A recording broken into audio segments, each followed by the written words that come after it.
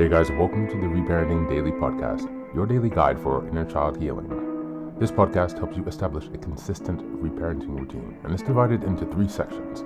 The first is a daily reading, the second is a discussion of that reading, followed by suggested journal prompts, and the last section is a peaceful meditation for closing.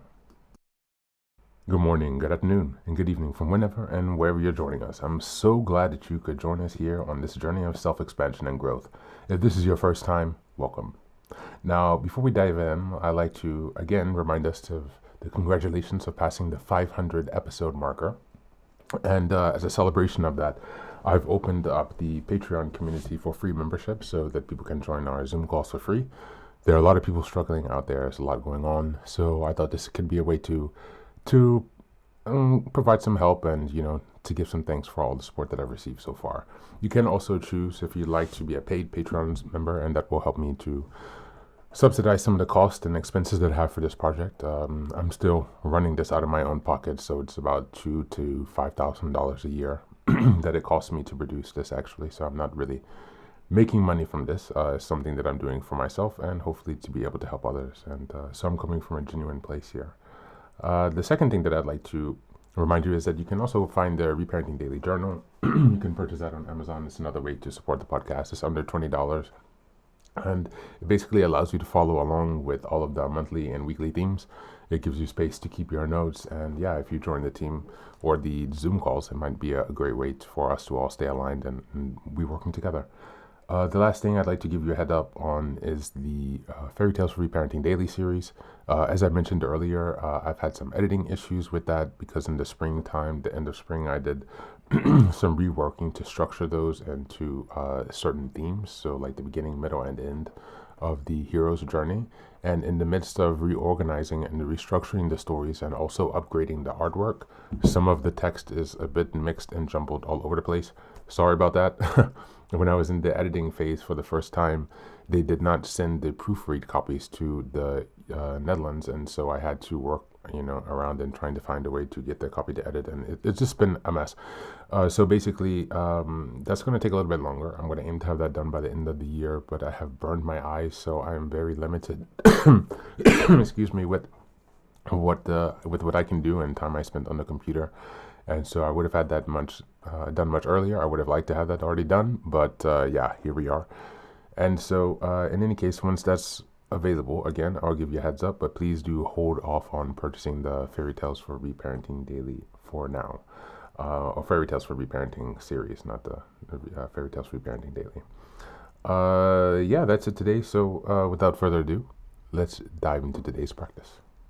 Today's reading is from Amy Morgan, 12 Ways to Improve Social Skills and Make You Sociable Anytime. Just as a reminder, we are in September and the theme is Emotional Intelligence. We're in week 4, September 22nd to the 30th, and the theme is Strengthening Social and Communication Skills. If you feel like you're the awkward person at social events, or if you struggle to enter conversations because you're shy, it can impact your social life and your career. Fortunately, you can always improve these skills. Just like any other skill, you can study, practice, and sharpen your social skills over time. Here are 12 strategies to help you enter conversations with confidence. Number 1, behave like a social person. Ask yourself, what would I do if I felt confident in my social skills? Then, take steps to do those things. Maybe you look someone in the eye, shake hands, or ask more questions. Observe what well-skilled social people do and get tips and strategies. You don't have to copy them, but you can use what you learn to sharpen your social skills. Don't allow anxiety to hold you back. Make the decision to talk to new people and enter into new conversations even when you're feeling nervous about it. Number 2, start small if necessary. If going to big social events feels overwhelming, start small. Practice in low-key situations. Number 3, ask open-ended questions. If you want to get the attention off you in a conversation, ask good questions. When you encourage others to talk, you don't have much to say much. Ask questions that require more than a yes or no answer, and you may open the door to invite the other person to keep the conversation going. Number 5, encourage others to talk about themselves. Most people really enjoy talking about themselves. Ask questions about the other person's career, hobbies, or pets. Show interest in what's being said and try to listen and stay active. Number 5, create goals for yourself. Establish some small goals for yourself. Perhaps you want to practice one particular skill, like starting a conversation with a stranger. Or maybe you want to start attending a small social activity like a book club. Number 6, offer compliments generously. Compliments can be a great way to open the door to a conversation. Offer a coworker a compliment on a presentation he gave in a meeting, or compliment your neighbor on their lawn. Number 7, read books about social skills. There are many books on the market that can help you learn specific social skills and ways to start conversations. And number 8, always practice good manners. Good manners go a long way in improving social skills.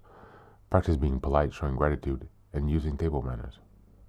Number 9, pay attention to your body language. Nonverbal communication is very important. Pay attention to the type of body language that you're using. Try to appear relaxed. Make appropriate amounts of eye contact, and appear open to conversation.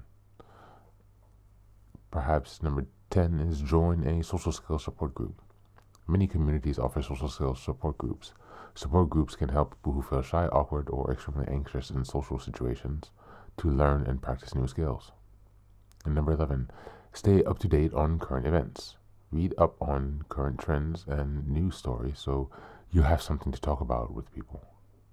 And number 12, identify and replace negative thoughts. If you have a lot of negative thoughts about your social interactions, it could become a self-fulfilling prophecy. For example, if you think I'm really awkward and I will embarrass myself, you might sit by the corner, and when no one talks to you, you'll reinforce your belief that you're awkward. Identify negative thoughts that are dragging you down. Replace them with more realistic thoughts, such as, I can make conversations and I can meet new people. Thank you, and that's the reading for today.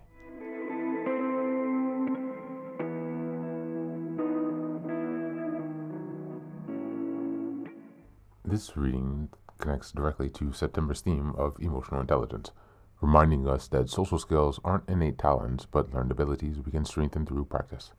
Emotional intelligence involves not only managing our own feelings or nervousness or self-doubt in social situations, but also paying attention to the feelings and needs of others. These 12 strategies, from asking open-ended questions to offering compliments and managing body language, are all ways to put empathy and self-awareness into action. They're also a way to influence. For week 3's focus on strengthening social skills and communication, the text highlights how small and consistent practices build confidence over time and reduce anxiety in social situations. It encourages starting with approachable steps and simple steps such as practicing gratitude, staying informed on current events, or simply greeting a stranger. Over time, these small actions expand into a stronger set of communication habits, making conversations easier, relationships more fulfilling, and professional opportunities more accessible. From a reparenting perspective, this reading speaks to reclaiming what many of us missed out on in childhood: guidance and encouragement in learning how to socialize. Instead of staying trapped in negative beliefs, I'm awkward, no one wants to talk to me, reparenting means gently replacing those old scripts with affirmations like, I can connect, I can learn. Each time we practice a skill, whether offering a compliment or making eye contact, we give our inner child the safety and the encouragement to grow socially, step by step. As we go into the journal prompts today, number 1, which of the 12 strategies feels most natural to me and which feels the hardest? Why do I think that is? Number 2, how did my earliest experiences shape the way I see myself in social situations today? And number 3, if I were reparenting my inner child at a party, what words of encouragement would I whisper to them to help them feel safer and confident? That's it for today. As always, thanks for being here. Take care of yourself, and please do be well.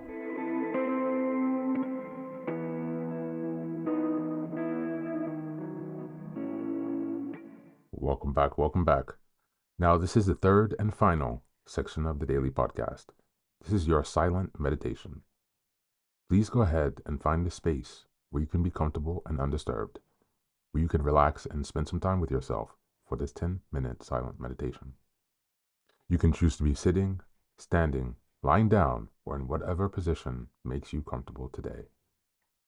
Take a moment to simply be with yourself. Focus on your breath and gently connect with each part of your body. If thoughts arise, don't let them overwhelm you. Just observe them without attachment.